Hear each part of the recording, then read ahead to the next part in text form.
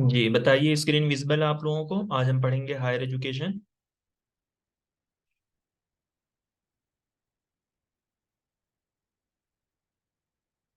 Hello. जी sir. Okay okay okay. जी sir जी।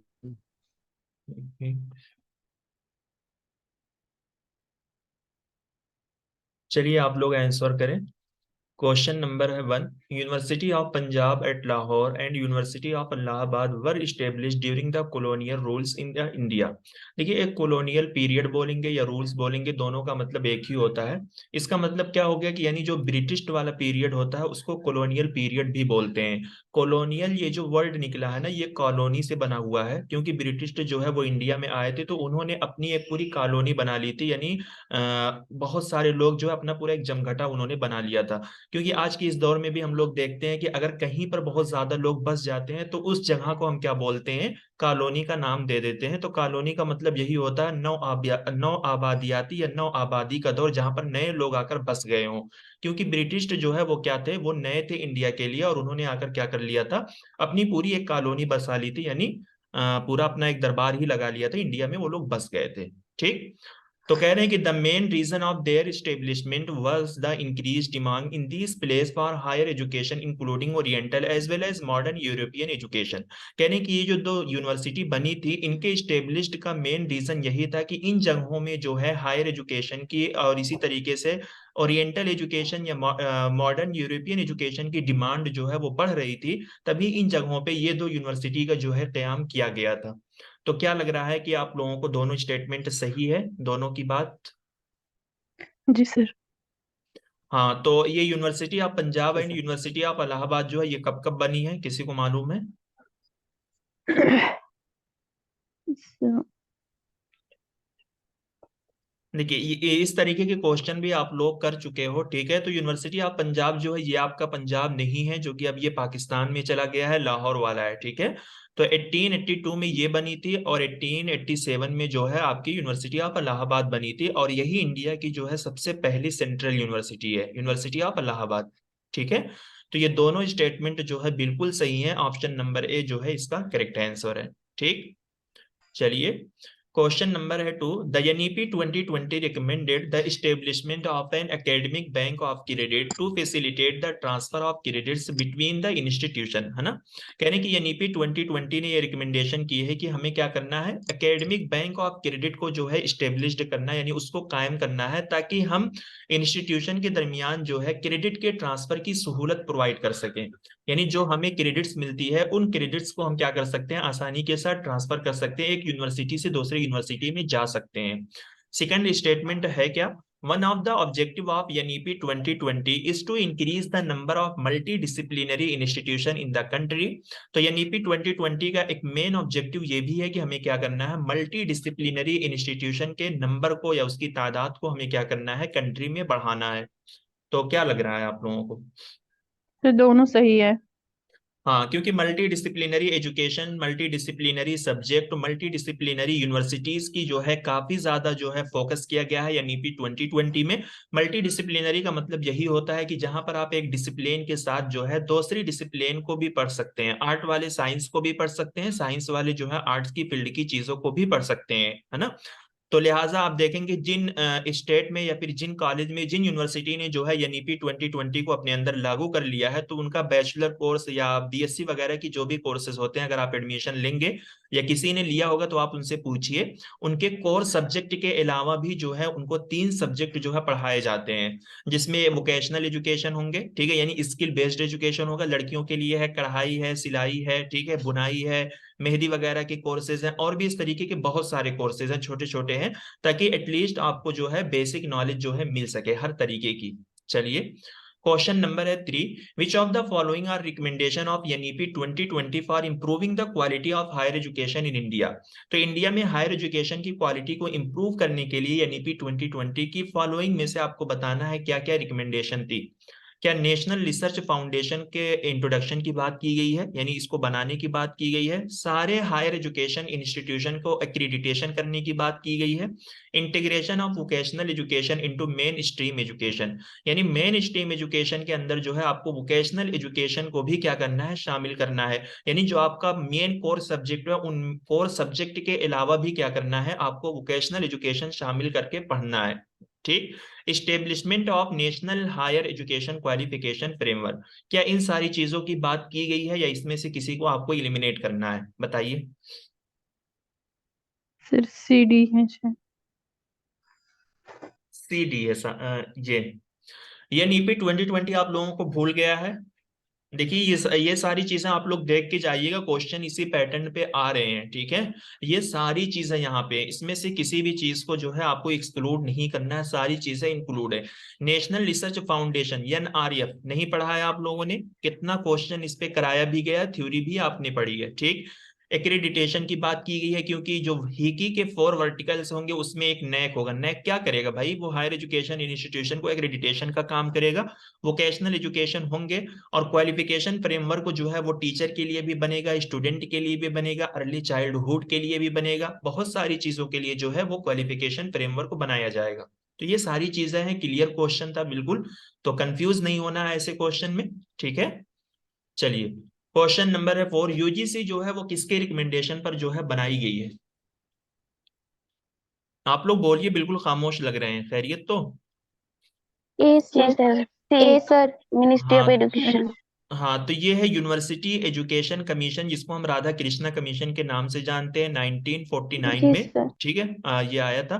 तो यही है, ऑप्शन नंबर ए होगा। चलिए, क्वेश्चन नंबर है 5, which of the following is incorrect. क्या पूछा गया है आपसे, इनकरेक्ट पूछा गया है। In the light of effect of the expansion of higher education from the mid 1850, है ना।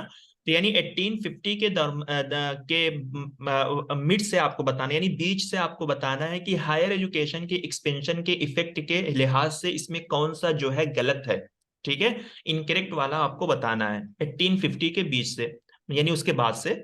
देखिए, ए में कहा गया कि Curzon's university reform were a high point in the development of the official attitude towards the spread of higher education. कह रहे हैं कर्जन का यूनिवर्सिटी रिफॉर्म जो था, यानी लॉर्ड कर्जन जो थे, उनका जो इंडियन यूनिवर्सिटी एक्ट आया था वो किस वजह से आया था, यूनिवर्सिटी रिफॉर्म करने के लिए, यानी यूनिवर्सिटी की इस्लाह करने के लिए, यूनिवर्सिटी के एडमिनिस्ट्रेशन को सही करने के लिए, ठीक। तो कह रहे हैं कि एक हाई पॉइंट है ऑफिशियल एटीट्यूड की डेवलपमेंट में हायर एजुकेशन को फैलाने की तरफ। ऑफिशियल एटीट्यूड से मुराद जो है यानी सरकारी चीजें जो होती हैं, क्योंकि यूनिवर्सिटी वगैरह जो है पहले सरकार के अंदर थी, गवर्नमेंट देखती थी, तो बहुत अच्छे तरीके से नहीं थी। तो इंडियन यूनिवर्सिटी एक्ट इन्हीं सारी चीजों को बिल्कुल रिफॉर्म करने के लिए आया था, कि हमें क्या करना है, उस टाइम पे जो भी एग्जिस्टिंग यूनिवर्सिटीज थी उनको रिफॉर्म करने के लिए इंडियन यूनिवर्सिटी एक्ट आया था, ठीक। फिर कहने की the attempt were part of the wider programme of reforming Indian society and purging out of evil such as a sati. देखिए, सती जो है ये हिंदुज्म में एक तरीके की प्रैक्टिस थी। सती किसको बोलते हैं, यानी कैसी प्रैक्टिस थी, तो यानी हिंदुज्म में अगर किसी भी औरत का शौहर जो है मर जाता था, तो लोग उसको जलाने के लिए जब जाते थे तो उसके साथ में जो है उसकी बीवी को भी लोग क्या कर देते थे, जला देते थे, ठीक है। तो इन बुराइयों को या इस तरीके की जो प्रैक्टिस हिंदुज्म में सती वाली होती थी, तो इसको अंग्रेजों ने क्या किया था, इंडिया में आकर खत्म किया था। भाई उन्होंने कहा कि एक मुर्दा आदमी है, आप उसको मार रहे हो, तो साथ में उसकी वाइफ जो जिंदा है उसको भी आप क्या कर देते हो, जबरदस्ती वहां पर जला देते हो, ठीक है। तो इन्होंने कहा कि सती जैसी जो बुराइयां थी समाज में, ठीक है, रिफॉर्मिंग इंडियन सोसाइटी या इंडियन मुआशरे की इस्लाह करने के लिए, and purging out of evil such as a sati. तो सती जैसी बुराइयों को पाक साफ करने के लिए, यानी सती जैसी बुराइयां जो है समाज में इंडियन सोसाइटी में फैली हुई थी, उस तरीके की प्रैक्टिस की भी जो है यहाँ पर कोशिश की गई थी। यानी कहने का मतलब यह है कि हायर एजुकेशन में जो है इस तरीके के भी प्रोग्राम थे या इस तरीके की कोशिश की गई थी, ताकि हम सती जैसी बुराइयों को इंडियन सोसाइटी से क्या कर सके, खत्म कर सके। फिर यहाँ पे कहा गया कि 2 यूनिवर्सिटीज जो है बनाई गई थी, कलकत्ता में, मद्रास में 1857 में, और कॉलेज जो है वो इसका एक इंटीग्रल पार्ट बना, यानी इन यूनिवर्सिटीज से जो है अफिलिएटेड कॉलेज भी थे। Only those student were admitted to the college who had pass the entrance, यानी कि सिर्फ उन्हीं स्टूडेंट को एडमिशन कॉलेज में मिलता था जो एंट्रेंस जो है पास करते थे। तो इसमें क्या लग रहा है कि आपको हायर एजुकेशन के एक्सपेंशन के लिहाज से जो है गलत है यहाँ पे। Sir B D. B and D. जी सर। 1857 में 2 यूनिवर्सिटी बनी थी या 3 बनी थी? बीसीएम क्या था? सर 3 बनी थी। तो बॉम्बे, कलकत्ता, मद्रास। ठीक है, तो यहां पर जो है ऑप्शन नंबर आपका होगा सी एंड डी। ठीक है, क्योंकि यहाँ पर जो है ना उस टाइम पे कॉलेज में जो है एंट्रेंस नहीं होता था, यहाँ पर कॉलेज दिया गया है। ठीक है, यानी जो भी अफिलिएटेड कॉलेज थे, आज के इस दौर में भी आप देख लो बहुत सारे कॉलेज में एंट्रेंस नहीं होते हैं। उन्हीं कॉलेज में होता है जो कॉलेज मेयारी लेवल के होते हैं, स्टैंडर्ड लेवल के होते हैं, जहां पर बहुत ज्यादा बच्चों के फॉर्म वगैरह आते हैं, या फिर एक मेयारी कॉलेज वो होता है। ठीक है, तो ये हो जाएगा आपका ऑप्शन सर नंबर। लेकिन हाँ ये सदी से क्या ताल्लुक है, मतलब इसमें हायर एजुकेशन में क्या होगा? भाई, मतलब इसमें एजुकेशन के ताल्लुक से तो ही हम क्या कर रहे हैं। देखिए, समाज में जो बहुत सारी ऐसी बुराइयां फैली होती हैं, तो वो एजुकेशन के जरिए ही हम उस चीज को खत्म करते हैं ना। एक जाहिल और एक एजुकेटेड बंदे में फर्क नहीं होता है, बहुत फर्क होता है। तो ये सती जैसी जो बुराइयां समाज में थी इंडियन सोसाइटी में, उसको भी हमने क्या किया, एजुकेशन के तहत ही खत्म किया है। यानी लोगों को एजुकेशन देना शुरू किया, लोगों को बताना शुरू किया, तो लोगों ने इस जैसी प्रैक्टिस को खत्म करना शुरू किया कि भाई ये सही नहीं है। जैसे आप इसको इस तरीके से भी समझ जी सर। सकते हो कि जैसे था ना, पहले के दौर में लड़कियों को जिंदा दरगोर कर देते थे, तो इस्लाम आया, इस चीज को धीरे धीरे अपनी तबलीग से या अपनी जो भी है अपनी अच्छी बातों से इस चीज को लोगों को क्या किया, इस चीज की तरफ भावर कराया, लोगों ने इस चीज को फिर छोड़ना शुरू किया। तो सती जो प्रैक्टिस होती थी हिंदुइज्म में, ठीक है, तो इसको क्या किया गया, खत्म किया गया। ठीक है, तो ऑप्शन नंबर ठीक सी है। एंड डी जो है यही इसका सही आंसर होगा। चलिए, क्वेश्चन नंबर है 6। ठीक, in the Vedic age both men and women had access to the education. ठीक है, वैदिक पीरियड में जो है मेंस एंड वुमेन दोनों को क्या है, एक तरीके से अपॉर्चुनिटीज मिलती थी कि वो एजुकेशन को एक्सेस कर सके। फिर कह रहे हैं कि Wood dispatch 1854 recognize for the first time that the government should give frank and cordial support to the female education. तो इसमें क्या लग रहा है आप लोगों को?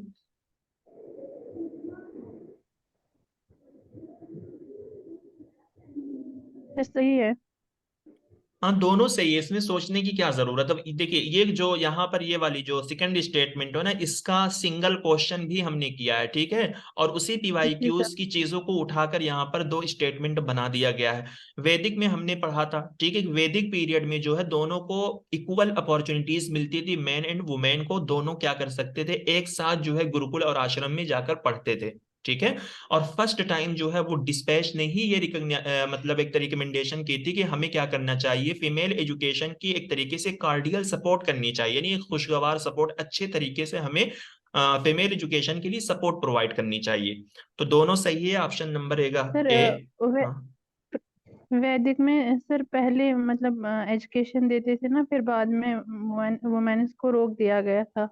हाँ, अर्ली वैदिक पीरियड। ठीक है, यहाँ पर देखिए वैदिक 2 जी तरीके से होता है, एक अर्ली होता है, एक पोस्ट वैदिक होता है ना। तो पोस्ट वैदिक में जो है हटा दिया गया था, अर्ली वैदिक में था। ठीक है, सर, इसके उलट था उसका बुद्धिज्म का सर ना। बुद्धिज्म में तो ऐसा नहीं था, बुद्धिज्म में दोनों जाकर पढ़ते थे। अच्छा।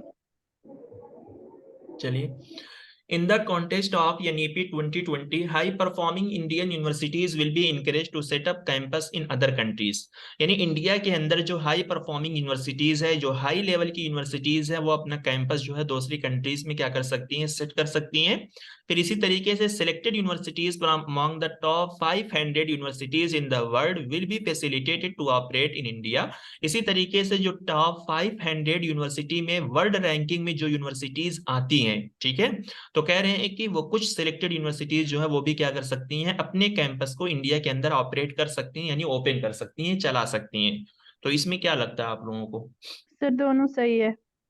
यहाँ पर देखिए, जो सिलेक्टेड यूनिवर्सिटीज है ये टॉप 50 नहीं है, टॉप 100 है। ठीक है, यहाँ पर टॉप 50 में इंस्टीट्यूशन की बात की गई है। ठीक है, यूनिवर्सिटी जो वर्ड है, यूनिवर्सिटी के साथ 100 लगाया गया है और इंस्टीट्यूशन के साथ जो है 500 लगाया गया है। ठीक, तो यहाँ पर जो है ये गलत हो जाएगा, सेकंड अच्छा। वाला, पहला जो है सही हो जाएगा।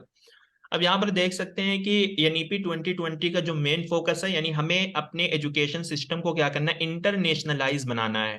ठीक, तो हम यानी हमें बिल्कुल अपने इंडिया के एजुकेशन सिस्टम को क्या बना, self reliant and compliant to the global standard and norm which would enable India to attract a greater number of student from abroad. यानी हमें इंडिया के हायर एजुकेशन सिस्टम को इंटरनेशनलाइज करना है, ठीक है, यानी आलमी स्टैंडर्ड एंड उसूलों के मुताबिक हमें क्या करना है, इंडिया के एजुकेशन सिस्टम को सेल्फ रिलायंट बनाना है, यानी खुद पे हम अपना सारा बोझ, सारा एजुकेशन का जो सिस्टम है हम खुद पे मुनहसिर होकर रहे हैं, किसी दूसरे पे डिपेंडेंट ना रहें, ताकि ज्यादा से ज्यादा बच्चे जो है वो अब्रॉड से आकर क्या करें, इंडिया में पढ़ें। जैसे इंडिया के बच्चे बहुत जगह जाते हैं, तो हमारी यही ख्वाहिश है या फिर हम यही चाहते हैं अपने एजुकेशन सिस्टम को ऐसा बनाना कि ज्यादा से ज्यादा लोग आकर इंडिया में पढ़ें। ठीक, तो इसी तरीके से इंडिया की हाई परफॉर्मिंग यूनिवर्सिटीज बाहर जाकर अपना कैंपस चला सकती हैं। सिलेक्टेड यूनिवर्सिटीज में जो है जिनकी रैंकिंग वर्ल्ड यूनिवर्सिटीज में या वर्ल्ड रैंकिंग में जो है 100 यूनिवर्सिटीज में आती है, वो अपना कैंपस इंडिया में खोल सकती हैं। ठीक, ये एनईपी में बात की गई है। और यूजीसी के चेयरमैन ने ये बात कहा था कि foreign institution intending to establish campus in India should have secure a position within the top 500 in the overall category of global ranking. तो इंस्टीट्यूशन की जो बात की गई है वो टॉप 500 में उसकी रैंकिंग आनी चाहिए, तो वो भी क्या कर सकते हैं, वो फॉरेन इंस्टीट्यूशन अपना कैंपस इंडिया में खोल सकते हैं। ठीक है, तो ये दो चीज है ठीक। आपको याद रहनी चाहिए। चलिए, यहाँ तो बहरहाल ये आंसर दिख गया है, बट आप देखिए उपनयन सेरेमनी के बारे में हमने पढ़ा था कि अगर कोई भी बच्चा जो है गुरुकुल में या आश्रम में पढ़ने के लिए जाता था तो टीचर क्या करता था, उसके लिए उपनयन सेरेमनी का इनेकाद करता था, है ना, चाहे वो गर्ल्स हो ठीक है। या बॉयज हो, उनके लिए क्या की जाती थी, उपनयन सेरेमनी जो है परफॉर्म की जाती थी। और आश्रम एंड गुरुकुल में बहुत बॉयज एंड गर्ल जो है वो क्या करते थे, एंशिएंट इंडिया में जो है एजुकेशन रिसीव करते थे। तो दोनों सही है, ऑप्शन नंबर ए जो होगा इसका सही आंसर है। चलिए, क्वेश्चन नंबर है 9। In the light of change introduced to the existing universities under the Indian University Act 1904, which among the following is incorrect? देखिए, इंडियन यूनिवर्सिटी एक्ट के तहत, है ना, इंडियन यूनिवर्सिटी एक्ट 1904 में आया था और वो भी एग्जिस्टिंग यूनिवर्सिटीज के लिए आया था। तो उसमें जो भी एग्जिस्टिंग यूनिवर्सिटीज में जो भी चेंजेस को इंट्रोड्यूस किया गया था, तो उसके बारे में पूछा जा रहा है कौन सा इनकरेक्ट है। यानी अगर आपको इंडियन यूनिवर्सिटी एक्ट के बारे में याद होगा तो आप बता सकते हो कि यहाँ पर क्या सही है और क्या गलत है। क्या इंडियन यूनिवर्सिटी एक्ट में जो है यूनिवर्सिटी के फंक्शन को मतलब इनलार्जमेंट करने की बात की गई थी, उसको बढ़ाने की बात की गई थी, या new principle of election to the senate, यानी सेनेट को इलेक्ट करने का न्यू उसूल बनाया गया था, है ना, यानी न्यू एक तरीके से प्रिंसिपल इंट्रोड्यूस किया गया था, किस तरीके से हमें कितने सेनेट रखने हैं या कितना हमें नहीं रखना, ये सारी चीजें जो है बताई गई थी, ये कह रहे हैं। क्या यूनिवर्सिटीज से जो अफिलिएशन, कॉलेज का जो अफिलिएशन होगा उसको की जो कंडीशन थी वो बहुत इजी मतलब थी, यहाँ पर बताई गई थी या बहुत टफ बताई गई थी, कुछ याद आ रहा है आप लोगों को डिफिनेशन ऑफ टफ द। बताई गई थी। हाँ, तो यहाँ पर जो है इजियर नहीं है, बिल्कुल टफ था। अगर किसी भी कॉलेज को एफिलिएशन लेना था यूनिवर्सिटीज से तो उसका प्रोसेस जो है वो टफ था। ठीक, तो एक आप इसको मान सकते हो कि ये इनकरेक्ट हो गया। फिर और ई increase in sir, the size of, ये सेनेट की साइज को जो है इंक्रीज नहीं बल्कि डिक्रीज करने की बात की डिक्रीज। गई थी, और यही कहा गया था कि 50 जो है सेनेट होने चाहिए। ठीक है, तो ये हो जी सर। जाएगा सी एंड ई जो होगा इसका सही आंसर होगा। सारे पीवाईक्यूज बेस्ड क्वेश्चन है, आप लोग पीवाईक्यूज अगर करेंगे तो खूब अच्छे से ये सारी चीजें जो है आपको आ जाएंगी, और इसी तरीके के क्वेश्चन आ रहे हैं। देखिए, क्वेश्चन नंबर है 10। According to the NEP 2020 at present the investment in the research and innovation in India is only. ठीक है, अब देखिए यहाँ पर जो ये वाला साइन होता है ना, इसको हम क्या बोलते हैं, लीज देन बोलते हैं, और इसको जो हम लेस देन। बोलते हैं ग्रेटर देन बोलते हैं। तो आपको मालूम है कि इंडिया जो बर वक्त रिसर्च एंड इनोवेशन पे अपनी जीडीपी खर्च कर रहा है वो कितना कर रहा है, 0.69 कर रहा है। ठीक है, तो इसका क्या मतलब है, जी 1% सर। से कम ही है, लेस देन, जीरो। जी सर। हाँ, तो ये लेस देन 1% बोला है ना, तो ये भी सही है। ठीक, आपको यही क्वेश्चन जो है घुमा के वो मोर देन वाला ये निशान लगाकर बोल सकते हैं। देखिए, जो बाएं की तरफ होगा वो लीज देन होगा। ठीक है, क्योंकि बाएं हाथ जो है हम लोगों के नजदीक, हम हमेशा अच्छा काम दाहिने हाथ से करते हैं, तो बायां जो होगा वो लीज देन होगा, दाहिना जो होगा वो आपका क्या होगा, मोर देन होगा। इस तरीके से आप इस निशान को याद कर सकते हो, क्योंकि इंक्रीजिंग एंड डिक्रीजिंग ऑर्डर में भी कभी कभी ये निशान लगाकर पूछ लेते हैं। ठीक, फिर कह रहे हैं कि NEP 2020 recommend the establishment of national curriculum framework for teacher education. तो क्या लग रहा है आप लोगों को? ठीक है सर, सही है। हाँ, तो दोनों स्टेटमेंट जो है सही है कि एनईपी 2020 ने जो है टीचर एजुकेशन के लिए नेशनल करिकुलम फ्रेमवर्क को कायम करने की रिकमेंडेशन की है। ठीक है, चलिए, मैंने आप लोगों को एंशिएंट इंडिया के कुछ सब्जेक्ट बताए थे ना, हमने कहा ये इसका संस्कृत नाम है और इसका जो माना किया जाता है या फिर इसकी जो मीनिंग होती है उसका माना ये होता है। और इस तरीके के क्वेश्चन भी हमने पीवाईक्यूज में कराए हैं और पीवाईक्यूज बेस्ड ये भी क्वेश्चन है जून 2023 का है। ठीक है, तो अब बताइए एंशिएंट फील्ड ऑफ स्टडी, तो शिक्षा की मीनिंग क्या होती है? निरुक्ता, कल्पा, चडास, सर क्या होता थर्ड वाला आ जाएगा, थर्ड ऑप्शन। है? ऑप्शन देखिए, शिक्षा को हम क्या बोलते हैं? फोनेटिक बोलते हैं ना। फोनेटिक्स। फोनेटिक जी में हम सर। लिसानियात के मुतालिक स्टडी करते हैं, यानी किसी भी वर्ड की साउंड की स्टडी की जाती है। निरुक्ता जिसको हम इटिमोलॉजी बोलते हैं, जिसका मतलब होता है एक्सप्लेनेशन। कल्पा जो रिचुअल से कल्पा रिलेट रिलेटेड। करता है, हाँ, यानी रिलीजियस। चडास चंदास मेट्री, मेट्रो। इसको हम ये बोलते हैं ना, यानी जो काफिया या रदीफ होता है शेर व शायरी का या पढ़ने का। ठीक है, आप इसको लहजा जिसको हम बोल सकते हैं, तो ये होगा ऑप्शन नंबर 3। ठीक, चलिए question number 12, which of the following commission suggested the establishment of national universities in India, तो नेशनल यूनिवर्सिटीज को बनाने की इंडिया में किस कमीशन ने रिकमेंडेशन की थी? Knowledge commission sir. हाँ, तो नॉलेज कमीशन ने बोला था और कहा था कि 50 नेशनल यूनिवर्सिटीज को बनाने की बात की थी और ओवरऑल तरीके से इसने 1500 यूनिवर्सिटीज को बनाने की बात की थी। ठीक है, तो ये हो जी गई। Sir. Question number 13, some of the major recommendation of Kothari commission on higher education. देखिए ये क्वेश्चन जो है बहुत अच्छे तरीके से फ्रेम तो नहीं किया गया है, बट स्मार्टली जो है आपको इसका आंसर निकालना है। इसमें जो सबसे आपको खराब लगता है उसको अवॉइड कीजिए और कुछ ऐसा इसमें से आप निकालिए जिससे आपका काम चल सकता है। लेकिन यहाँ पर जो है कोठारी कमीशन आपको मालूम है कि एक अच्छा कमीशन था, है ना, यानी काफी अच्छे लेवल पे इसने रिकमेंडेशन की थी हायर एजुकेशन के ताल्लुक से। तो इसने कहा कि न्यू कोर्स के इंट्रोड्यूस करने को यहाँ पर अवॉइड किया गया, या select teacher sir at the national. ADE. हाँ, क्या होगा? एडीई। एडीई। ADE। देखिए यहाँ पर जो इसका आंसर एनटीए ने दिया है वो दिया है B, C एंड D। ठीक है, देखिए इसको हम यहाँ पर देखिए सी वाले को ई वाले को हटा देंगे ना, ये कहा कंटिन्यूअस इवेल्युएशन सिस्टम अबोलिश्ड। ठीक है, तो इवेल्युएशन सिस्टम को अबोलिश्ड नहीं किया जाएगा। ठीक है, ई यहाँ से अगर हम हटाएंगे, ई यहाँ से हटाएंगे, यहाँ पर न्यू कोर्स को अवॉइड करने की बात की है नहीं।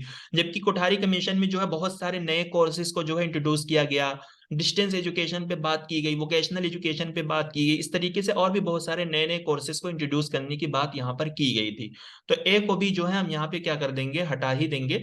अब यहाँ पर देखते हैं रिस्ट्रिक्ट एक वर्ड हो, तभी मैंने आपको बोला कि इस तरीके से जो है रिस्ट्रिक्शन जो वर्ड यहाँ पर लिखा गया है इससे हम कंफ्यूज हो सकते हैं। लेकिन अगर आपको याद होगा तो कोठारी कमीशन में हमने ये भी पढ़ा था कि कोठारी कमीशन ने उन कोर्सेज को या फिर उन चीजों के बारे में भी मना किया था कि हायर एजुकेशन में ऐसे कोर्सेज को आप ना लेकर आओ जिसके लिए आपको अच्छे से टीचर नहीं मिलते हैं, या फिर जिसके लिए आपका रोल या रेगुलेशन या इस तरीके का पढ़ाने का जो तरीका है, ठीक है, यानी मेयारी टाइप का वो चीज नहीं है, तो उस चीज को आपको क्या करना है, रोकना है।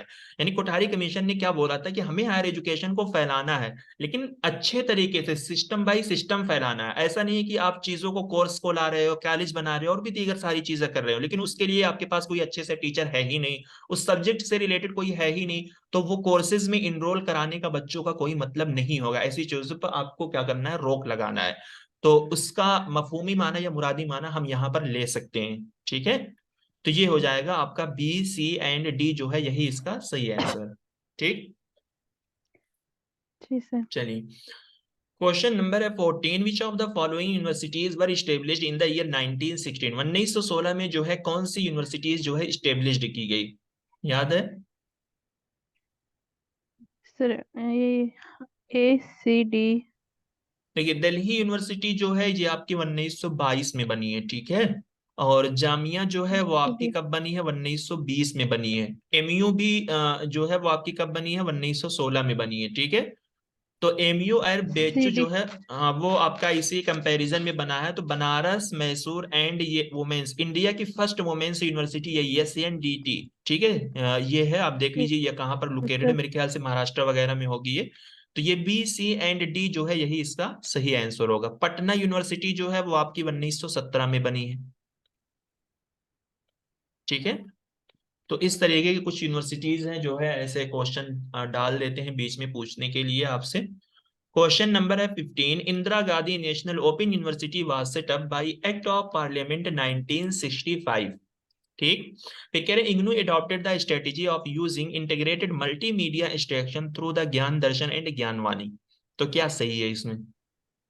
दूसरा सही है, पहला गलत है। सर दूसरा 1985 सही है, पहला और गलत ये है। किसके पीरियड में बनी थी, इंदिरा गांधी या राजीव गांधी की?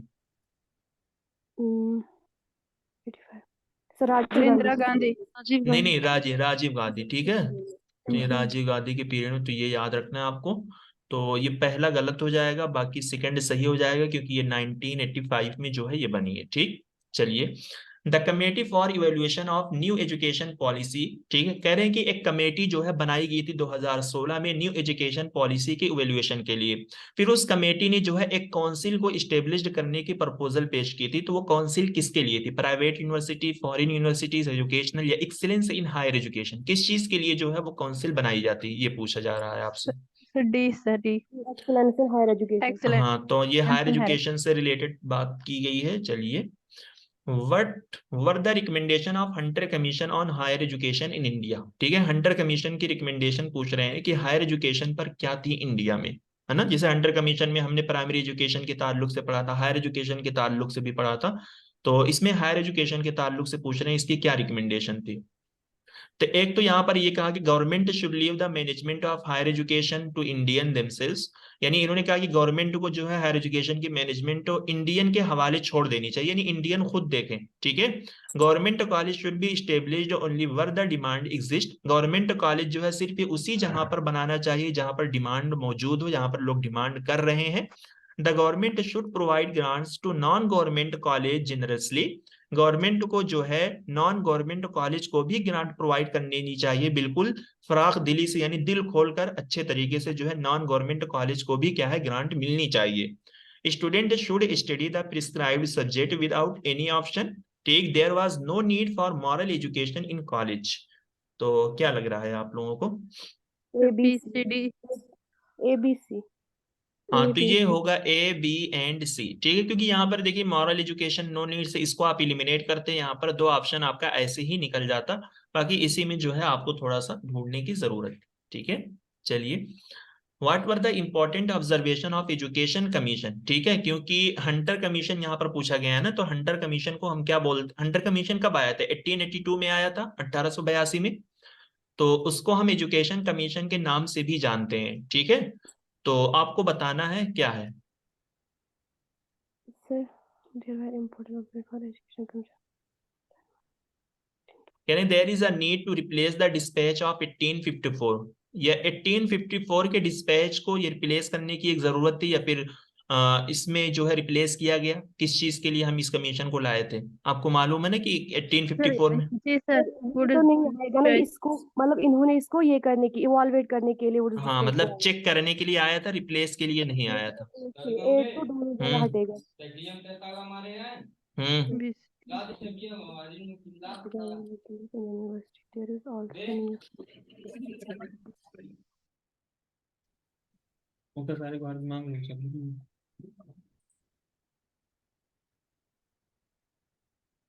Sir B C D. क्या होगा इसका सही? CDE। हाँ, देखिए यहाँ पर जो इसका सही आंसर होगा ना, ये होगा CDE, ठीक है। हम देखिए यहाँ पर इसमें दो चीजें आपको मिल रही है ना, अगर आपने नहीं पढ़ा या फिर आपने नहीं लिख रखा, तो यहाँ से इसकी जो 3 रिकमेंडेशन है ये आप नोट कीजिए, और यहाँ से भी जो है आप नोट कीजिए, ठीक है। तो इसमें जो है इसका सही आंसर होगा ऑप्शन नंबर CDE, ठीक। तो सर आपने सर, ये जो हमारा एजुकेशन कमीशन प्री वाला है ना, इसको मतलब वो जो हमारा कोठवारी है वो भी एजुकेशन कमीशन ही है, लेकिन वो पोस्ट वाला है ना। वो पोस्ट वाला है, ठीक है। ये प्री है, वो पोस्ट वाला है। इसको हम इंडियन एजुकेशन कमीशन के नाम से सर जानते हैं। प्रे वाले जो हैं इनमें इंडियन लगा हुआ हाँ, है। इसमें इंडियन लगा हुआ है, ठीक है, बिल्कुल सही है। और इसी तरह हमारा हंटर वो जो हो गया प्री का हो जाएगा, और राधा कृष्णा पोस्ट वाला हो जाएगा, यूनिवर्सिटी पोस्ट कमीशन नहीं। वाला वो यूनिवर्सिटी एजुकेशन, हाँ, मुदालियार जो है वो सेकेंडरी एजुकेशन कमीशन हाँ, हो जाए। तो और इनमें इंडियन यूनिवर्सिटी फिर इसी तरीके से वो जो 1902 वाला है, ठीक है, जो लॉर्ड कर्जन के अंदर आया था। एक इंडियन यूनिवर्सिटी एक्ट है, और इसी तरीके से एक इंडियन यूनिवर्सिटी, उसमें भी कुछ है ना, उसको आप लोग सर देख लीजिए। वो 1902 में आया था, 1904 में फिर उन्होंने एक्ट पास किया था। सर हाँ, एक्ट एक्ट एक्ट 4 में आया था जी सर। ठीक। एक्ट। चलिए क्वेश्चन नंबर है 19। तो इसमें आपको बताना असर्शन एंड रीजन, काफी अच्छा क्वेश्चन है ना। It is expected that a meaningful partnership will be form between the state and union government managing the education.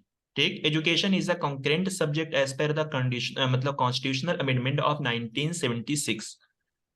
तो सर क्या दोनों सही है इसके, क्योंकि अगर कंकरेंट में डालेंगे तो दोनों पे जिम्मेदारी आ जाएंगी। हाँ देखिए, हमने पढ़ा था ना कि कॉन्स्टिट्यूशन में जो है 1976 में जो तरमीम की गई थी, जो अमेंडमेंट किया गया था, उसमें हमने एजुकेशन को कंकरेंट लिस्ट में रख दिया था ना। कंकरेंट लिस्ट में है, 7 शेड्यूल में है, ठीक है। तो आपसे कभी पूछा जाए, जी सर। क्योंकि हाँ 7 शेड्यूल है और कंकरेंट लिस्ट में है। तो कंकरेंट लिस्ट में लिखने का मतलब यह है कि स्टेट एंड सेंट्रल गवर्नमेंट दोनों की क्या है, जिम्मेदारी बनती है कि वो एजुकेशन के ताल्लुक से या एजुकेशन को मैनेज करने के लिए, एजुकेशन को बढ़ावा देने के लिए वो अपने एतबार से जो है रूल एंड रेगुलेशन, पॉलिसीज या स्कीम वगैरह जो है क्या कर सकती हैं, बना सकती हैं। बट जैसे स्टेट गवर्नमेंट ने अगर कुछ ऐसी पॉलिसी बनाई है या फिर कुछ ऐसी स्कीम निकाली है, अगर सेंट्रल गवर्नमेंट को वो चीज नहीं अच्छी लगती है तो वो उस पर ऑब्जेक्शन लगाकर उस चीज को रोक सकती है, ठीक है।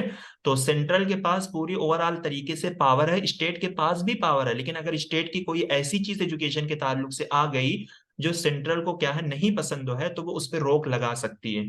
ठीक, तो यहाँ पर ये दोनों बिल्कुल सही है, असर्शन एंड रीजन और प्लस एक्सप्लेनेशन भी इसकी सही है, ठीक है। जी सर। चलिए क्वेश्चन नंबर है 20। Curriculum at Takshashila was varied and include technical science, है ना। यानी तक्षशिला के कैरिकुलम में जो है, तक्षशिला का कैरिकुलम जो है बहुत मुतनव्वे था, यानी कह सकते हैं कि बहुत मतलब उस टाइप का था, यानी उसके अंदर बहुत सारे सब्जेक्ट थे। तो कह रहे हैं कि उसमें टेक्निकल साइंस भी जो है इंक्लूड थे। फिर कह रहे हैं कि नालंदा के कैरिकुलम में जो है टेक्निकल साइंस जो है नहीं था, यानी वो एक्सक्लूड था। तो क्या लग रहा है आप लोगों को? सर पहला सही है। सर दोनों ही तक्षशिला में। इन्होंने सही दिए हैं, लेकिन फिर लोगों ने इस पे रिजेक्शन की है दूसरे वाले पे कि नालंदा में भी, मतलब सर अगर हम भी सर्च करते हैं ना तो वहां पे टेक्निकल कोर्सेज थे, लेकिन दोनों में एडमिशन है। माना है। सर टेक्निकल साइंस दोनों में मिलता है। टेक्निकल साइंस जो है इसमें भी नालंदा में भी मिलता है आप लोगों को? जी सर। नहीं, जी सर नालंदा हमें। में साइंस के कोर्सेज हैं, बट टेक्निकल मेरे ख्याल से नहीं है टेक्निकल का। और यहाँ पर जो है सर तक्षशिला में जो, हाँ सर असल में जो है ना, आप मतलब अगर हम एनटीए के आंसर से जाएंगे तो वो दोनों को सही मान रही है ना। ठीक ठीक ठीक। लेकिन सर इस पे फिर ऑब्जेक्शन हुई थी कि जैसे लोगों ने इस पे सर्च की थी कि नालंदा में है, तो फिर इस पे ऑब्जेक्शन हुआ था कि नालंदा में इंक्लूड है तो आप लोगों ने एक्सक्लूड क्यों दिया हुआ है। फिर हम्म। मुझे नहीं पता सर उसका क्या रीजन आया, या वो मतलब वो जो उन्होंने कोर्ट में अपील किया वो हुआ या नहीं। बट इस दफा अगर हम इस पे जाएंगे तो इन्होंने दोनों को ही सही माना है। और मेरी पुरानी जो नॉलेज है या फिर मेरी जो तैयारी की मतलब दरमियान मुझे जो चीज याद है उसके मुताबिक भी मैंने इस क्वेश्चन को देखा, तो फर्स्टली मैंने कहा कि बिल्कुल सही है। क्योंकि तक्षशिला में जो है ना वो क्लियर तौर पे मिलता है, यानी ये वर्ड लिखा हुआ मिलता है, technical science, military science, technical science, इस तरीके के वर्ड लिखे हुए मिलते हैं। नालंदा में आपको इस तरीके की और भी यूनिवर्सिटीज में जो है आपको साइंस का वर्ड लिखा हुआ मिलेगा, बट टेक्निकल साइंस मेरे ख्याल से ऐसा नहीं लिखा हुआ होगा। इस वजह से इन्होंने एक्सक्लूड किया। साइंस की तो सर बहुत फिलहाल सारी हम ब्रांच, ये हाँ, लेकिन सर यहाँ हम ये याद रखेंगे कि टेक्निकल साइंस जो है वो तक्षशिला से जुड़ा हुआ है बस। बिल्कुल बिल्कुल, टी से टेक्निकल, टी से तक्षशिला, क्योंकि देखिए साइंस के बहुत सारे ब्रांच होती है, ठीक है। तो साइंस तो होता है, ठीक है, लेकिन उसके साथ अगर कुछ वर्ड खास किए होंगे तो इस वजह से इन्होंने एक्सक्लूड किया है। और ये ओके दोनों सर। सही, ठीक है। चलिए ऑप्शन नंबर ए होगा। चलिए क्वेश्चन नंबर है 21। और यहाँ पर ये आपको ये वाइसराय, यानी ये इन सब की ये अथॉरिटी है, इनके हुकूमत में जो है जो कमीशन बनाया गया था, और इन कमीशन के चेयरमैन जो है इन लोगों ने किनको किनको बनाया है, ठीक है। लॉर्ड रिपन ने किसको बनाया था, लॉर्ड कर्जन ने किसको बनाया, विलियम बेंटिक ने, गवर्नमेंट ऑफ इंडिया ने किसको बनाया था चेयरमैन सर इस। थर्ड ऑप्शन आ सर जाएगा। ये आएगा इसका सर। थर्ड। हाँ थर्ड। थर्ड, क्योंकि लॉर्ड रिपन ने जो है वो विलियम हंटर का हंटर कमीशन आया था, लॉर्ड कर्जन जो है थॉमस रेले के अंदर रिले। आया, हाँ। और विलियम बेंटिक ने ये मेकाले का जो मिनट आया था ना, Thomas Babington Macaulay, government of India ने सर्वपल्ली राधाकृष्णन को जो है यूनिवर्सिटी एजुकेशन कमीशन का चेयरमैन बनाया था। तो ऑप्शन नंबर होगा third. In the earliest days of higher education in India, the focus was mostly on discipline of, है ना। यानी इंडिया में हायर एजुकेशन की इब्तदाई दिनों में अगर आप देखेंगे तो मोस्टली किस डिसिप्लिन में जो है लोगों का फोकस होता था? आज भी उसी डिसिप्लिन में जो है लोगों का फोकस है, ठीक है। अर्लियर का आर्ट्स। पूछा है। आर्ट्स हाँ, सर तो आर्ट्स। आर्ट्स में जो है ज्यादा आर्ट्स। होता था, ठीक है। अगर आज भी देखेंगे हायर एजुकेशन में सारे डिसिप्लिन के बिलमुकाबिल आर्ट में ही ज्यादा इनरोलमेंट होती है। क्वेश्चन नंबर है 23। At which of the following ancient place of higher learning did the famous royal physician Jivaka who had cured the king ठीक है बिम्बिसरा स्टडी। तो यानी फॉलोइंग लर्निंग का कह रहे हैं कि एक सेंटर है या लर्निंग की हायर लर्निंग की एक जगह है एंशिएंट की। तो फॉलोइंग में से कौन सा फेमस फिजिशियन जीवाका के बारे में पूछ रहे हैं कि जिसने क्या किया, स्टडी भी किया है और बादशाह बिम्बिसरा का इलाज भी किया है। तो उसने किस जगह पर स्टडी किया था? तक्षशिला में, कंची में, या जैंदर तक्षशिला विहार? सर, तक्षशिला हाँ में सर, तक्षशिला। हाँ, तक्षशिला तो में। जीवाका ने जो है वो किसमें किया था? तक्षशिला में किया था। और ये बुद्धा का भी वो था ना, डॉक्टर था, पर्सनल वो था, सर, असिस्टेंट था ये डॉक्टर। जी हाँ डॉक्टर सर, पर्सन। जीवाका बिल्कुल सर, उसका पर्सनल डॉक्टर था वो ठीक है। जीवाका। क्वेश्चन नंबर है 24। विच of the following universities have their location in Bihar? इसमें से कौन सी यूनिवर्सिटीज जो है बिहार में सिचुएटेड है? वल्लभी, विक्रमशिला, और इसी सर तरीके से। BD sir, BD sir, Vikramshila और हाँ, क्योंकि उदंतपुर। वल्लभी जो है उदयपुर। ये सुशरात्रा, ये गुजरात में है ना, तो यहाँ से ये हट जी। जाएगी। फिर इसी तरीके से उदंतपुरी जो है हिनालिया पर्वत बिहार शरीफ में, विक्रमशिला जो है ये आपकी भागलपुर में है ना, यानी भागलपुर बिहार जी हाँ, सर। ये रिवर गंगा के किनारे पे है ये। एक डी बार फिर से एंड बता दीजिए। देखिए, वल्लभी जो है ये आपकी गुजरात में है, ठीक। और उदंतपुरी जो है ये बिहार शरीफ में, हिनालिया पर्वत बिहार शरीफ। और विक्रमशिला जो है ये भागलपुर में है, ठीक है, रिवर ऑफ गंगा, गंगा के किनारे पे ये वाक़ है। और सर ये सी वाली सर कहाँ है, वो सी ये क्या नहीं है पता सर, सर। ये मैंने क्या इसके है? बारे में चेक किया तो ये कुछ पता ही नहीं चल रहा है कि पता नहीं ये यूनिवर्सिटी है या कुछ और है। सर फिर ऐसा ही दिया होगा ऑप्शन। हम्म चलिए, क्वेश्चन नंबर है 25। The national education policy document of 1986 revise in 1992 suggested, है ना, ये नीपी 2020 यो ये 1986 वाली थी जो 1992 रिवाइज की, उसमें किस चीज के बारे में सजेशन की गई थी? Use of multimedia for distance education, sir B, B linking degrees with नहीं, जॉब। लिंकिंग डिग्री थी या D use of linking degree थी? मल्टीमीडिया था ना शायद, यूज ऑफ सर मल्टीमीडिया हाँ, था। मल्टीमीडिया डी लिंकिंग था सर, हाँ, सॉरी। यहाँ पर लिंकिंग नहीं है, डी लिंकिंग है, ठीक है। अगर लिंकिंग कर देंगे तो आज वाला एजुकेशन हो जाएगा ना। तो सर, यूज डिलिंकिंग का मतलब क्या होता है? मतलब डिलिंकिंग डी लिंकिंग का मतलब ये होता है कि जॉब करने के लिए जो है डिग्री की रिक्वायरमेंट नहीं है, यानी अगर आपके अंदर स्किल है तो विदाउट डिग्री जो है आप जॉब कर सकते हो। Okay sir. ठीक है, जैसे आज की ये जरूरत होती है ना, हमें अरबी बहुत अच्छी आती है लेकिन हमारे पास डिग्री नहीं होती तो हम कंपनी में नहीं जा पाते हैं मदरसे की बेस पे। तो इसने ये कहा था कि डी लिंकिंग डिग्री का एक कंसेप्ट इसमें आया था कि अगर आपके अंदर स्किल है, सब कुछ आप जानते हो, तो विदाउट डिग्री जो है आप जॉब कर सकते हो, ये बात थी। सर सर अगर इसमें ये आया था डी लिंकिंग, तो फिर आज क्यों मतलब लिंकिंग डिग्रीज विद जॉब्स है? तो ये वही तो कंफ्यूज करने के लिए आपको दिया गया है। अच्छा, आज का पूछा गया है, आप पूछ रहे हो? नहीं हाँ, तो यानी आज का आप पूछ रहे हो कि क्यों आज लिंकिंग डिग्री विद जी जॉब है? जी जी सर, जी सर। हाँ, तो आज के बहुत सारी चीज वो है, आप देख सकते हैं। बहुत वो होता है ना, बहुत घोटाला होता है, बहुत कुछ होता है, आप कितना आप कलयुग इसमें चल रहा है सर। हाँ जी, सही बात। सर फिर ये कमीशन और पॉलिसी लाने का क्या फायदा है? है ना, आप पढ़ तो रहे हो, फायदा क्या है? बहुत फायदा है।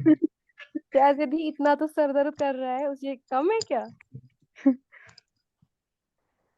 चलिए, क्वेश्चन नंबर है 26। Reputed scholar like Panini and Chanakya had there education from Nalanda university. क्या इन दो मशहूर स्कॉलरों ने अपना एजुकेशन नालंदा से मुकम्मल किया या पढ़ा था? Takshashila was the university known for its education in Indian arts and science, specially medicine. Takshashila में जो है आर्ट एंड साइंस की भी पढ़ाई होती थी, खास तौर पर मेडिसिन के लिए जो है ये फेमस थी। तो क्या सही है?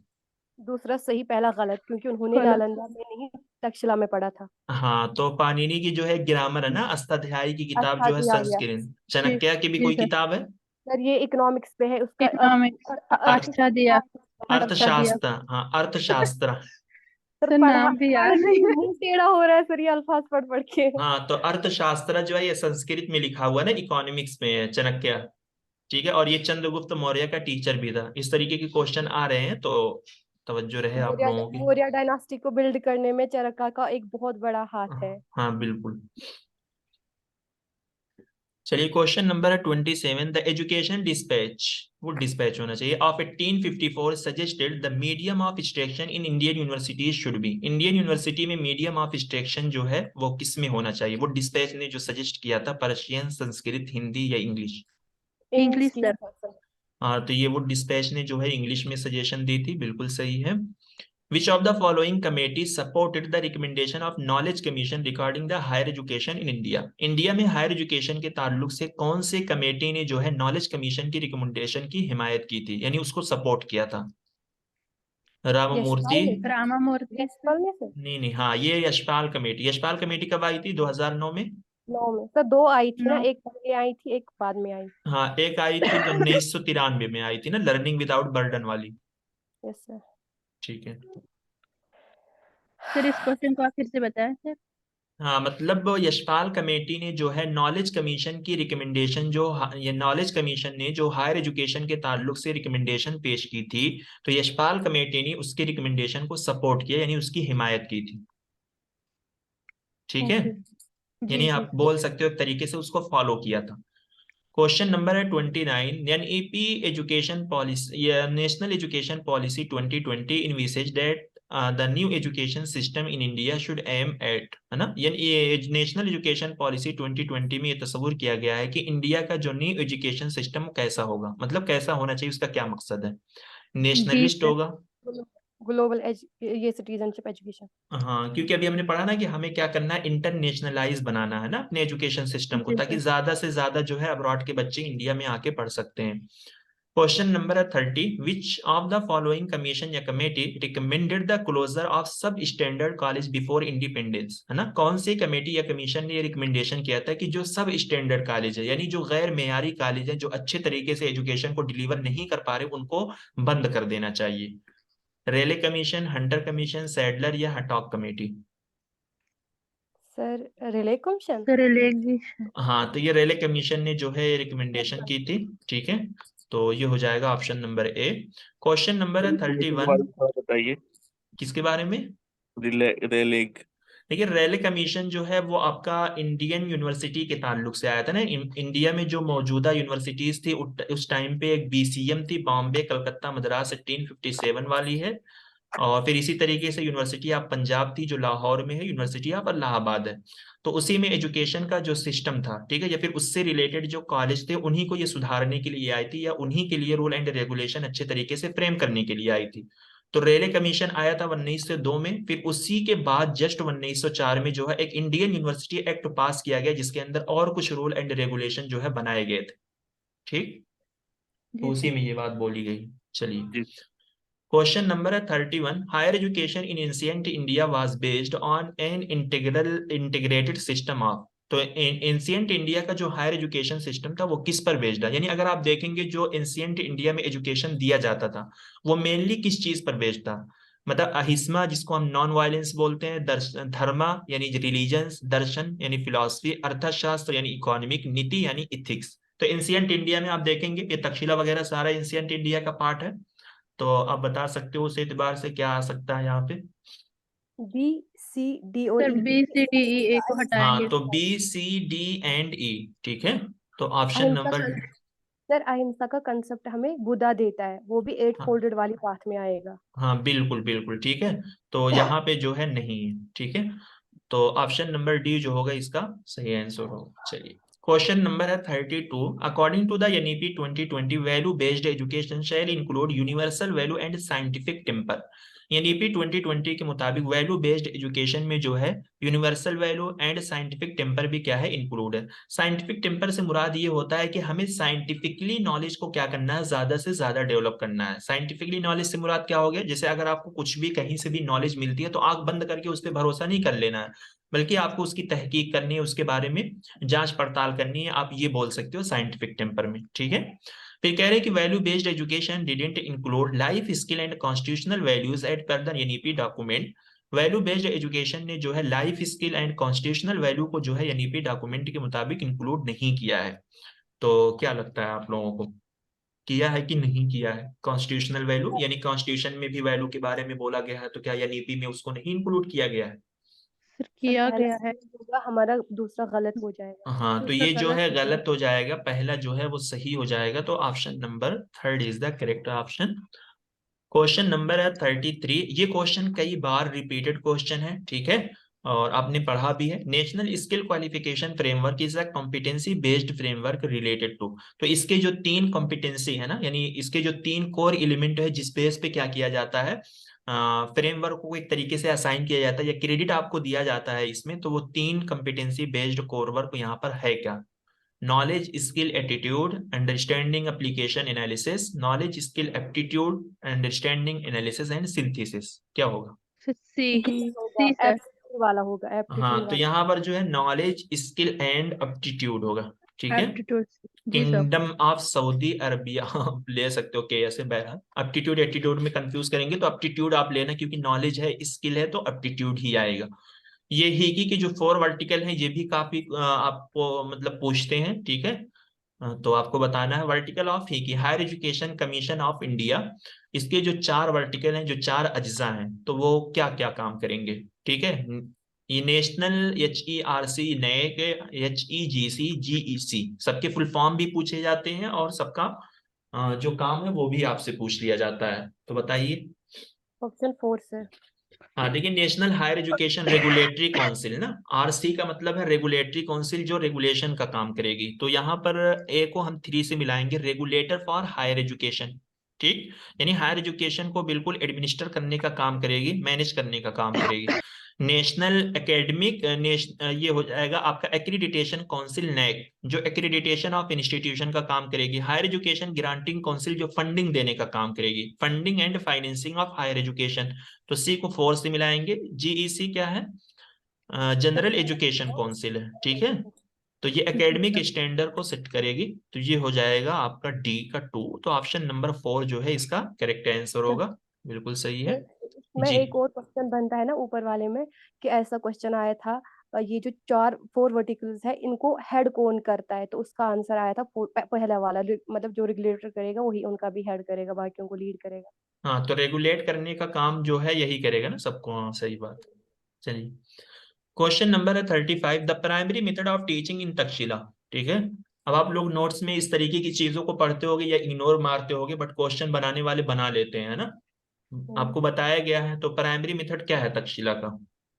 Debate and so discussion. Debate and हाँ, तो डिबेट एंड डिस्कशन। डिस्कशन जो है नालंदा का भी यही है, तक्षशिला का भी यही है। ठीक है, तो यही है। लेकिन उनमें सर सर क्वेश्चन आंसर भी था हुआ तो। है, उनमें क्वेश्चन हाँ, आंसर भी लिखा क्वेश्चन हुआ है। आंसर, हाँ उसमें नालंदा में ना क्वेश्चन आंसर भी है, डिबेट एंड डिस्कशन भी, ये सब भी है। ठीक है।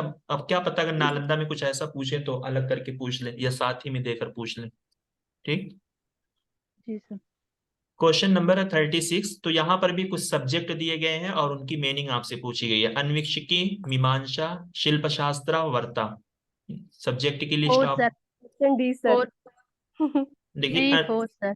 डी, देखिए, वही ना, 4 तो डी ही होगा ना, हाँ वही उसका डी देंगे हाँ, हम। देखिए अन्वेषिकी को हम बोलते हैं लॉजिक, मीमांसा को बोलते हैं इंटरप्रिटेशन, शिल्प शास्त्र को ये आर्किटेक्चर की पढ़ाई, वर्ता यानी एग्रीकल्चर के सब्जेक्ट होते हैं। तो ऑप्शन नंबर 4 जो होगा इसका सही आंसर होगा। क्वेश्चन नंबर है 37, arrange the following in the chronological order. तो इसको आपको क्या करना है, तरतीब में लगाना है। नालंदा, मक्तब, तक्षशिला, वैदिक एजुकेशन सिस्टम, उपनिषद एजुकेशन सिस्टम। तो आप बता सकते हो कि सबसे पहले कौन सा पीरियड था, फिर कौन सा था, फिर कौन सा था। इस एतबार से आप लगा सकते हो यहाँ पे। ऑप्शन सी हमारा D C. C A B C हाँ ऑप्शन। हाँ, क्योंकि वैदिक पीरियड के बाद यानी ये उपनिषद आपका एजुकेशन सिस्टम चला है, फिर उसके बाद तक्षशिला आया है, तक्षशिला के बाद नालंदा, फिर मक्तब का सिस्टम आया है। ठीक, यानी मेडिवल पीरियड शुरू हुआ है। तो क्वेश्चन नंबर है 38, India has been the centre of learning since ancient time. India जो है वो एंशिएंट टाइम से ही लर्निंग का सेंटर है। यानी हम बोलते हैं ना कुमार गुप्ता पीरियड से, यानी नालंदा किसके पीरियड में बनी है, तो नालंदा को ही लर्निंग का एक सेंटर माना जाता था। पूरी दुनिया के लोग आकर नालंदा में पढ़ाई करते थे। ठीक है, तो उसी टाइम से इंडिया जो है लर्निंग का एक सेंटर था, यानी एंशिएंट टाइम में नालंदा थी। फिर कह रहे हैं कि there are inscription on stone and copper, leaf record and scripture about origin of learning in India. कह रहे हैं इंडिया में लर्निंग के ओरिजिन के बारे में ये चीजें जो है हम स्क्रिप्चर में, किताबों में भी लिखी हुई है, और इसी तरीके से पत्थर पर भी नक्श किया गया, लिखा गया है, पेपर पे भी लिखा गया, पत्ते पर भी लिखा हुआ मिलेगा आपको, वर्क पर भी लिखा हुआ मिलेगा। कि यानी इंडिया में लर्निंग का जो ज़ुहूर हुआ है वो इसी तरीके से हुआ है कि लोग पहले पत्थर पे लिखते थे, पत्ते पे लिखते थे, वर्क पे लिखते थे। इस तरीके की चीजों का ज़ुहूर जो है आपको, या इसका रिकॉर्ड जो है हमें स्क्रिप्चर में भी लिखा हुआ मिलेगा, जो हमारी किताबें हैं। दोनों तो सही है। Option A. एक सर ऑप्शन। हाँ, तो ये जो दोनों है सही। ऑप्शन नंबर ए जो है इसका सही आंसर है। ठीक, यहीं पे क्लास को इन करेंगे। क्वेश्चन नंबर है 39। The Sadler commission recommended the establishment of in Indian universities. Sadler commission ने जो है किस चीज को इस्टेब्लिश करने की रिकमेंडेशन की थी इंडियन यूनिवर्सिटीज में? Senate, court, counselling centre, grievance cell. Court. हाँ, कोर्ट। तो इंडियन यूनिवर्सिटी में जो है कोर्ट होना चाहिए। कोर्ट मतलब एक तरीके की ये अथॉरिटी वो बनेगी ना, बॉडी बनेगी जो इंडियन यूनिवर्सिटी को देखभाल करने के लिए जो है क्या करेगी, काम करेगी। ठीक है, ये वकीलों वाली कोर्ट आप मत समझ लीजिएगा या फिर अदालत मत समझ लेना, ये बोला गया है बॉडी के तौर पे। तो ये हो जाएगा ऑप्शन नंबर बी। ठीक, सर अगर चलिए। सवाल है कि यूजीसी का मतलब वो कब हुआ क्या? फॉर्मेशन, तो क्या बताएंगे? यूजीसी में कई डेट्स दी हुई हैं जैसे किनारे से। हाँ, तो वो आपको उसी एतबार से बताना है ना। अगर वहां पे 1956 दिया होगा, ठीक है, या 1953 दिया होगा, तो देखिए अगर स्टेचुरी बॉडी के एतबार से पूछा जाए तो आप 56 दोगे, ठीक है। इनॉग्रेशन पूछा जाए तो 53 बताओगे। जैसे अभी एक क्वेश्चन आया ना, रिकमेंडेशन पे किसकी बनी, तो यूनिवर्सिटी एजुकेशन वहां पर ऑप्शन में था, तो बिल्कुल सही था। ठीक, और उससे भी पहले का अगर पूछ लिया जाए तो वहां पर सर्जन रिपोर्ट का ऑप्शन होगा, तो आप सर्जन रिपोर्ट दोगे। ठीक है, क्योंकि 1945 में पहले बनी थी। तो जो भी पूछा जाएगा उसी के मुताबिक ही आपको ऑप्शन भी देंगे। ठीक है सर जो जी। आपने ये भी 44 वाला 45 वाला बताया वो तो सर्जन का है, और 56 तो पता है स्टेचुरी वाला का है। 53 किसका है सर, ये नहीं पता 53 में मौलाना आजाद ने जो मना इनॉग्रेट किया था। इनोग्रेशन किया था ना उसको। Okay okay sir, okay. Sir जी, सर वो आरसी के बारे में, रीडिंग कम्प्रीहेंशन के बारे में कुछ बता दीजिए, कुछ ट्रिक्स वगैरह। आप लोगों को हमारा सर ने नहीं बताया हमारा। नहीं, अभी नहीं बताया उन्होंने। अच्छा अच्छा, देखिए मुझे जो लगता है, या फिर मैं अगर अपना एक्सपीरियंस सर आपको दूं, मैंने पहले अगर बोला चाहें था तो ना। रिकॉर्डिंग बंद कर दें। एक मिनट,